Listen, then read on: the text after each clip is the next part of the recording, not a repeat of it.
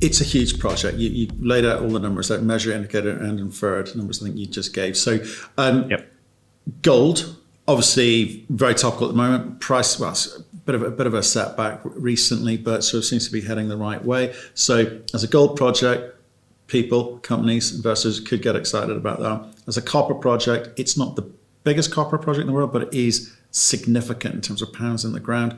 So people can get excited about it, especially for our viewers. We've been saying, copper's one of the commodities for 2021, I think. Yeah, I mean, and you look at the copper, and initially this is, I mean, the magic number. Obviously I talked to a lot of copper companies and major copper companies, and the magic number for them is 100,000 tons of copper per year. We hit that, so that's just the copper. I mean, we create as much revenue from gold as we create from copper. Revenue from gold is, equivalent to 100,000 tons of copper per year. So it sits in that nice size of a good size copper project. I get it. Yep. Don't get too defensive. I like the project. I just want to understand how you're going to go about it. Calling it a small copper project, well, compared to some of the big numbers, which I'm sure you're going to throw at me, later on in this conversation, right? Because for a gold investor, the sorts of numbers that you're going to need to invest in this copper project, which, as I say, is not one of the biggest. It's good, but it's significant, billions of dollars, right? So that's why I'm talking about it like this. But let's deal with things I want to deal with, which is how are you going to tackle this? Okay, there's a lot of unknowns at the moment with regards to the gold component. Okay, so I know you've got a lot of answers in the ground, but talk to me about some of the conversations which are going on at board level, which are going to allow you to actually finally monetize that, because you've got all the data, you've got all the answers, surely you've got everything you need. Yeah, I mean, I think that, last time we talked a little bit about our gold zone in the south. So that's certainly an opportunity. And unfortunately, because of COVID and really just the whole industry is doing a lot of exploration, we don't have a lot of assays yet from the southern part of the deposit. So that's an opportunity. But I think that more what we're looking at is the whole project. I mean, if you look at this project, $2.5 billion capital cost, this is a very modest priced copper project. I mean, you look at Cobre Panama, which is the last large copper project come on, $6 billion.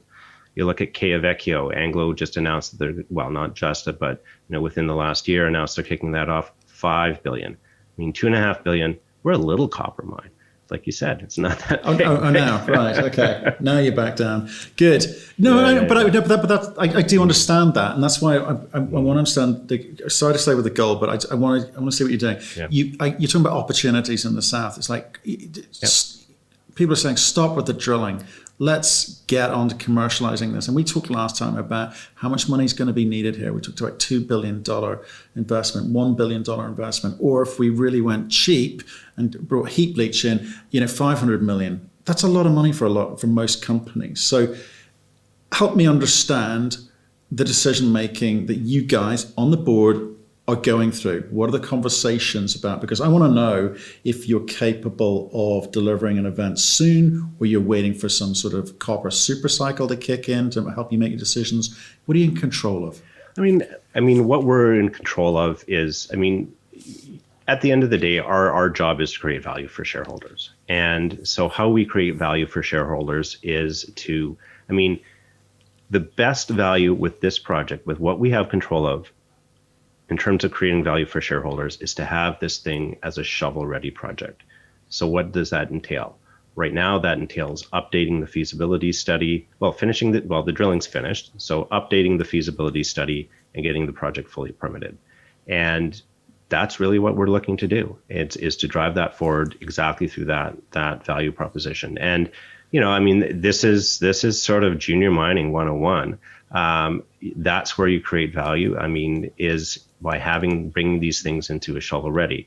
And this is an old project, but it was one that I followed a while ago. You look at Terrain Metals, they had Mount Milligan, a big, it ended up being $1.5 billion capital cost.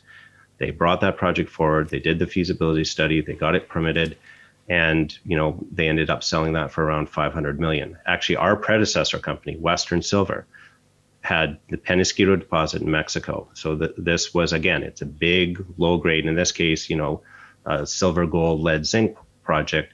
What did they do? Feasibility study, brought it through permitting in Mexico and sold that to Glamis for 1.6 billion.